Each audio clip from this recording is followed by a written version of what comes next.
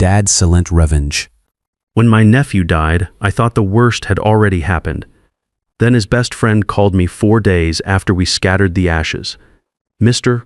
Mitchell," he said, voice shaking like a leaf in a thunderstorm, "I found a USB drive hidden in Howard's workshop. You need to see what's on it. And please don't tell Patricia anything. I think she knows I have it." Those words stopped my heart cold. What could Howard possibly have hidden from his own wife? I'm Gerald Mitchell, 61 years old, retired RCMP detective with 30 years of service under my belt. Howard wasn't technically my son, but I raised him from age 12 after his parents, my younger brother and his wife, died in a head-on collision with a drunk driver on Highway 35. For 23 years, he was the closest thing to a son I'd ever have. My wife Margaret and I never had kids of our own, so Howard became everything to us. When I drove to Austin that evening and watched those files open on Lenny's computer screen, my entire body went numb. The boy I raised had known he was in danger, and he'd left me everything I needed to prove it. The memorial service was held at a chapel overlooking Lady Bird Lake, one of those modern places with floor-to-ceiling windows that made you feel like you were sitting inside a fishbowl. The December sun streamed through the glass, creating patterns on the polished wooden floor that shifted every few minutes as clouds drifted by. My wife, Margaret, had passed 5 years earlier from pancreatic cancer, and now Howard was gone at 35. A brain aneurysm, they said. Collapsed during his morning workout in the basement gym of the house he'd bought just 18 months earlier. His wife, Patricia, found him when she came home from her yoga class at that fancy studio downtown, where membership costs more than most people make in a month. She stood at the front of the chapel now, accepting condolences with perfect grace. Black Chanel dress that probably cost more than my monthly pension, tasteful pearl necklace. Just enough tears to seem devastated, but not enough to ruin the makeup that must have taken an hour to apply. She'd always been beautiful, Patricia. The kind of beautiful that made you forget to look deeper. With blonde hair that caught light like spun gold and green eyes that seemed to promise things she had no intention of delivering. I'd never fully trusted her. Call it cop instinct or just plain suspicion, but Howard loved her with the kind of devotion that made him blind to everything else. A man approached her during the service, maybe 38, tall and lean with the kind of build that screamed personal trainer. He wore a charcoal suit that fit too well for a funeral guest, expensive fabric that moved with him like it had been tailored specifically for his frame. They exchanged words I couldn't hear over the soft organ music playing something classical and depressing. He touched her arm briefly, just below the elbow, and she smiled. Not a grief smile, not the kind of expression you'd expect from a widow at her husband's funeral. Something else, something familiar and intimate between them. I watched him leave through the side door without speaking to anyone else, slipping out like he'd never been there at all. Patricia caught my eye from across the room and walked over, taking my hands in hers. Her skin was soft and warm, moisturized with something that smelled like expensive flowers. "Uncle Jerry," she said, using the nickname I'd always tolerated but never liked. "Why don't you stay at our place tonight? I can't bear the thought of you driving back to your hotel alone. Not after today." I'd already booked a room at the Driscoll downtown, one of those historic hotels where the walls probably held more secrets than a confessional booth. "I'll be fine," I said, keeping my voice gentle but firm, already paid for the night. She squeezed my hands, and I noticed her wedding ring catching the afternoon light. 3 carats of diamond that Howard had saved for months to afford, working extra jobs and skipping meals. "You shouldn't be alone right now, Uncle Jerry. We're family. We need to stick together through this." The word family felt wrong coming from her mouth, like a foreign language she'd never quite mastered. But I nodded and said I'd think about it, watching her glide away to greet more mourners with the same practiced sympathy she'd shown me. The truth was, I couldn't stop thinking about the phone call I'd received from Howard 11 days before he died. It was nearly midnight when my phone rang, which was unusual because Howard was disciplined about everything: sleep, exercise, work schedules, even when he called his old uncle. He lived his life like he was following a manual written by someone who'd figured out all the answers. "Uncle Jerry," he'd said, and his voice carried something I'd never heard before. "I need to ask you something important. If anything ever happened to me, would you promise to look after things? Make sure everything was handled right?" I'd laughed it off the way you do when someone young starts talking about mortality. "You're 35 years old, Howard. Nothing's going to happen to you. You're healthier than men half your age. Just promise me." There was something in his voice that made the hair on my arms stand up. Fear, maybe, or resignation. The same tone I'd heard from witnesses who knew they were in over their heads but couldn't find a way out. "I promise," I said, settling back into my recliner and reaching for the remote to turn down the volume on the late-night news. "But Howard, what's going on? Is everything okay with the business, with Patricia? I can't talk about it now," he said, and I could hear traffic in the background like he was calling from his car. "I'll explain everything when I see you at Christmas. We need to have a serious conversation. Christmas was 3 weeks away." Howard never made it. The hotel room felt like a cell after the funeral. All beige walls and generic furniture that could have been in any city in America. I sat by the window watching the Austin skyline light up as evening fell, remembering the boy who used to help me fix motorcycles in the garage behind our house in Victoria. The kid who called every Sunday evening without fail, who sent Margaret flowers on her birthday even after she died, who'd been afraid of something and hadn't told me what. My phone buzzed against the nightstand, a text from a number I didn't recognize. "Mr. Mitchell, this is Lenny Foster, Howard's business partner. I need to speak with you urgently. Can you meet me tomorrow morning? Please don't mention this to Patricia. Lenny Foster." I remembered Howard mentioning him dozens of times over the past 3 years. They'd started an environmental engineering consulting firm together, something about soil testing and water quality assessments for construction projects. Howard always spoke highly of him, said Lenny was the only person he'd ever met who worked harder than he did. I texted back asking where and when, my detective instincts already starting to kick in after years of retirement. We met at a coffee shop in East Austin the next morning, one of those places with exposed brick walls and mismatched furniture that tries too hard to look authentic. The smell of espresso and bacon filled the air, mixing with the sound of hipsters typing on laptops and discussing whatever hipsters discuss these days. I'd chosen a table in the back corner where we could talk without being overheard. Old habits from 3 decades of conducting interviews with witnesses who didn't want to be seen talking to cops. Lenny Foster was a tall guy with kind eyes and the calloused hands of someone who actually worked for a living instead of just talking about it. But those hands wouldn't stop moving, constantly adjusting his coffee cup, his napkin, his phone, like he couldn't sit still long enough to have a normal conversation. He wore a flannel shirt and work boots that had seen better days. The kind of clothes Howard preferred too, practical stuff that could handle getting dirty. "Thank you for coming, Mr. Mitchell," he said, glancing around the coffee shop like he expected Patricia to walk in at any moment. "Call me Jerry," I said, settling into my chair and studying his face. "You sounded pretty worked up on that text message." He nodded but didn't use my name, which told me he was either very polite or very scared. "I found something 2 days ago," he said, lowering his voice until I had to lean forward to hear him over the coffee grinder. "Howard gave me a key to his workshop last year. Said I could use his tools whenever I needed them for side projects. After the service, I went there too."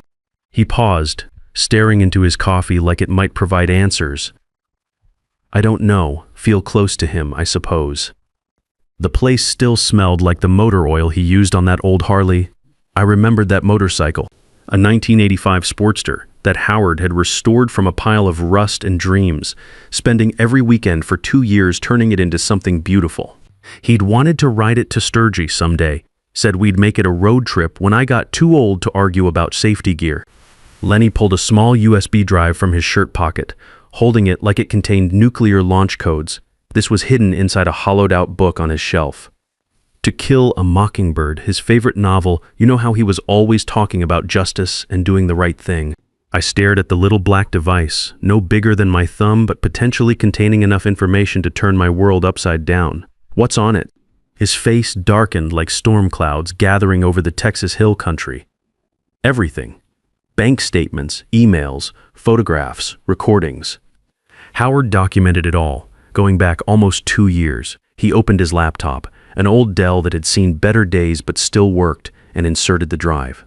I watched folders appear on the screen, each one labeled with dates and cryptic names that meant nothing to me but apparently meant everything to Howard. As Lenny clicked through them, my hands began to shake like I was 80 years old instead of 61. The bank statements showed systematic transfers from their joint checking and savings accounts. Small amounts at first, maybe $500 or $1,000 that could have been legitimate expenses. But they grew larger and more frequent over time, disguised as business expenses, charitable donations, payments to vendors that probably didn't exist. The total exceeded $400,000 money that had flowed like water from accounts Howard had trusted his wife to help manage. All of it went to a single destination, an account under the name Victor Coleman, Who the hell is Victor Coleman? I asked, though part of me already knew the answer. Lenny clicked to another folder labeled Photos and pulled up an image that made my stomach drop. The man from the funeral, the one with the expensive suit and the familiar smile. Tall, lean, with the kind of build that came from spending hours in the gym and probably charging other people to do the same. He was standing next to a red convertible that cost more than most people's houses, grinning like he'd just won the lottery. Her personal trainer, Lenny said, his voice heavy with disgust. They've been having an affair for almost 4 years, apparently. Howard hired a private investigator last year when he started getting suspicious. The photographs were like a knife to the heart. Patricia and Victor at restaurants I recognized from downtown Austin. Expensive places where a dinner for two could run $200 without breaking a sweat. At hotels in San Antonio and Dallas, walking hand in hand on South Padre Island, with the kind of relaxed intimacy that comes from not having to hide anymore. The timestamps showed dates when Howard was traveling for work, attending conferences, or visiting job sites, trusting his wife to be home waiting for him. But that wasn't the worst of it, not by a long shot. Lenny opened a document folder labeled Insurance and clicked on a file dated just 2 weeks before Howard's death. It was a letter he'd written, typed on his home computer, and saved to the drive like a message in a bottle. Uncle Jerry, if you're reading this, something has happened to me, and I need you to know the truth. I discovered Patricia's affair 8 months ago. I hired a private investigator, documented everything, and consulted with a divorce lawyer downtown. I was planning to confront her after the holidays, file for divorce, and protect what assets I could. I'd already moved most of our savings to an account she doesn't know about, but 3 weeks ago, Patricia found out I knew. I don't know how. Maybe she saw something on my computer, or maybe Victor told her I'd been asking questions. She's been different since then, watching me all the time, asking strange questions about my health, my exercise routine, the supplements I take. She's been pushing me to increase my life insurance, keeps talking about how anything can happen and we should be prepared for the worst. Last week, she suggested I add a rider for accidental death, doubling the payout. I changed the beneficiary on my policy to you 2 days ago.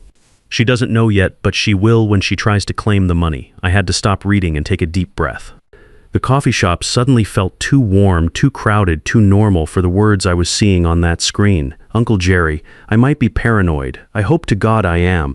But if something happens to me that seems natural or accidental, please don't accept it at face value. Please look deeper. You spent 30 years investigating cases for the RCMP. You know how to find the truth better than anyone I've ever met. She's been acting strange lately. Bringing me protein shakes before my workouts, insisting I drink them even when I say I'm not thirsty. She bought new vitamins last month, expensive stuff from some health food store in San Marcos, said they were better for my heart. But when I looked up the brand online, I couldn't find any information about the company. I'm scared, Uncle Jerry.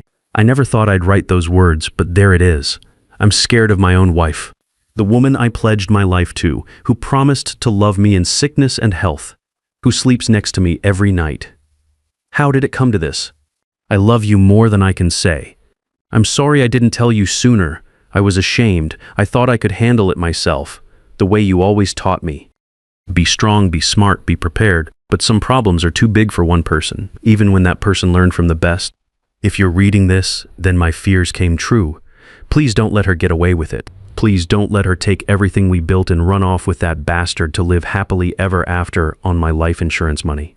Your nephew, Howard P.S. I hid copies of everything in the workshop because I knew you'd find them eventually. You always said the truth has a way of surfacing. No matter how deep people try to bury it, I had to read the letter 4 times before the words really sank in. My boy, my strong, capable, proud boy, had been afraid for his life and hadn't told me until it was too late. The kid who used to climb trees without fear, who rode his motorcycle through thunderstorms, who faced down angry contractors twice his size when they tried to cut corners on environmental reports. He'd been scared of the woman he married. Lenny was crying silently across from me, tears rolling down his cheeks and dripping into his untouched coffee. I should have noticed something was wrong, he said, his voice barely audible over the morning rush of caffeine addicts. He seemed stressed the last few months, but I thought it was just work pressure. We had 3 big contracts running at the same time, deadlines every week. I never imagined. I looked at the date on Howard's letter, November 20th. He died December 1st, 11 days. She'd given him 11 days to live after he changed that beneficiary. I need copies of everything, I said, my voice steadier than I felt. And I need you to act like this conversation never happened. Can you do that? Lenny nodded, wiping his eyes with the back of his hand. What are you going to do? What I should have done years ago, I said, thinking about all the times I'd bitten my tongue when Patricia made comments about Howard working too much, spending too much time with his boring uncle, not appreciating what he had. I'm going to protect my nephew.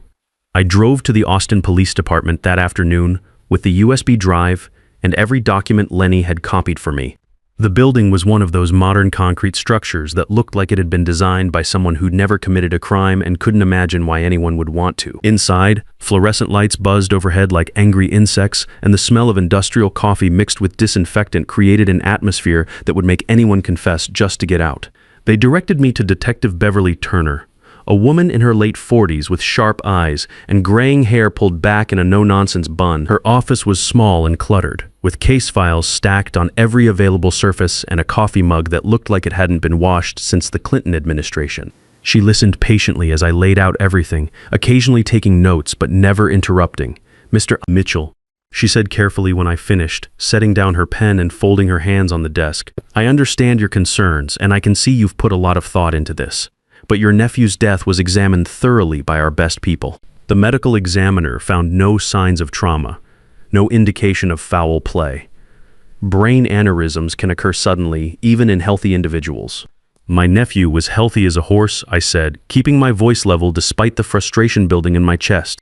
"He ran marathons, lifted weights 5 days a week, had a complete physical 6 months ago with results that would make a 25-year-old jealous. No family history of aneurysms on either side going back 3 generations.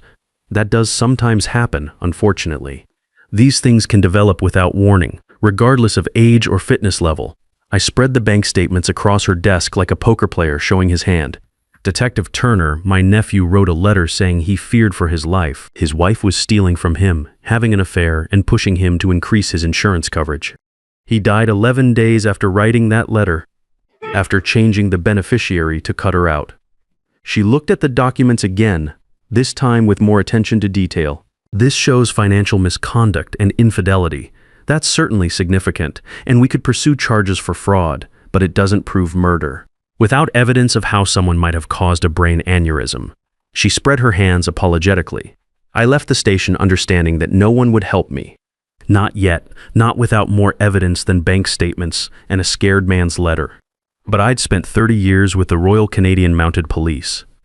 The last 15 in forensic investigation. I'd analyzed crime scenes from Vancouver to Halifax, testified in dozens of trials, helped put away murderers who thought they'd committed the perfect crime. If anyone could find the truth about what happened to Howard, it was me. I returned to Patricia's house that evening, accepted her offer to stay in the guest room, and began playing a role I'd never imagined, the grieving, oblivious uncle who suspected nothing.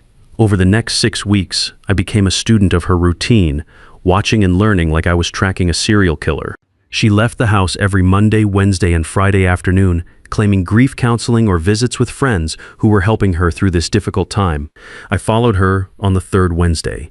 She drove to an upscale apartment complex near Zilker Park and entered Unit 412. Through the window, I could see her embracing Victor Coleman like they were celebrating something instead of mourning. They weren't even trying to be careful anymore. At night, while Patricia slept, I searched every inch of that house. Howard's home office had been cleaned out, his computer wiped, his files shredded. But killers always miss something, and Patricia wasn't as thorough as she believed. In the basement behind the water heater, tucked inside a plastic bag wrapped in duct tape, I found 2 prescription bottles. The labels had been removed, but one still contained residue that looked like crystalline powder. I collected a sample the way I'd been trained decades ago, maintaining chain of custody even though no court would ever accept evidence gathered this way. In Patricia's car, hidden under the owner's manual in the glove compartment, I found receipts from a pharmacy in San Marcos, over 50 miles away. The purchases were made in cash, but the dates aligned perfectly with the weeks before Howard's death. The items? Potassium chloride solution, medical grade, high concentration. My forensic training kicked in like muscle memory. Potassium chloride administered intravenously could cause cardiac arrest that might present as various natural causes, including complications that could trigger an aneurysm. If injected while the victim was sleeping or incapacitated, it would leave minimal trace evidence unless specifically tested for. Howard worked out in the basement every morning at 5:30 before Patricia was supposedly awake. What if she'd been awake all along, waiting for the right moment? I needed toxicology reports that went beyond the standard panel. As next of kin and executor of Howard's estate, I had legal authority to request additional testing. Some tissue samples had been preserved before cremation, stored in a private lab in Dallas that specialized in exactly this type of analysis. The results arrived 3 weeks later. Elevated potassium chloride levels inconsistent with natural occurrence. Microscopic evidence of an injection site in tissue near Howard's left arm. My nephew had been murdered, poisoned in his own home by a woman who'd promised to love and cherish him. I took everything back to Detective Turner. This time, she read each document with the intensity of someone who just realized they'd missed something important. When she reached the lab report, she looked up at me with eyes that had seen too much death but still believed in justice. Potassium chloride injection. This is definitive evidence of homicide. Yes, it is. Mr. Mitchell, I'm reopening this investigation immediately. Everything you've gathered will be entered as evidence. We need to coordinate with the DA's office, obtain proper warrants. Your nephew deserves justice done by the book. 2 weeks later, while Patricia chatted about selling the house and moving somewhere warm with Howard's money, police executed search warrants simultaneously at her home, Victor's apartment, and the pharmacy where she'd bought the poison. They found remaining potassium chloride hidden in Victor's closet, along with emails discussing the timeline and method. Patricia was arrested in her own driveway, handcuffed next to the rose bushes Howard had planted the spring before he died. Victor Coleman crumbled within days, accepting a plea deal in exchange for testimony against the woman who'd convinced him that murder was just another way to start fresh. He described how Patricia had approached him with the idea, how they'd researched methods for months, how she'd practiced injecting oranges until her technique was perfect. The trial was swift and brutal. Patricia's defense attorney tried painting Victor as the mastermind and her as a victim, but the evidence was overwhelming. Bank records, photographs, emails, forensic proof, and Howard's letter read aloud by the prosecutor until half the jury was in tears. The verdict came after 6 hours. Guilty on all counts. Life imprisonment with no possibility of parole for 25 years. She'd be 57 before she could even apply for release. Today, the Howard Barnes Foundation operates out of Austin, providing investigative resources to families who suspect their loved ones' deaths weren't accidents. We've helped 23 families in 3 years.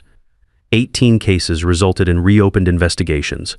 12 led to arrests and convictions. Patricia will spend decades in a cell, knowing the uncle she dismissed as a harmless old man was the one who brought her down.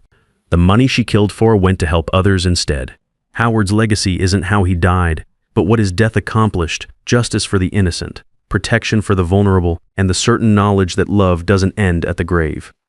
Every case we solve is a small victory, a promise kept, a nephew's memory honored. Family bonds forged in love become unbreakable chains of justice. When you truly love someone, you never stop protecting them, even from the grave. Evil may wear a beautiful face and speak sweet words, but truth has its own power, and a determined heart armed with experience will always find a way to expose the darkness hiding behind the smile.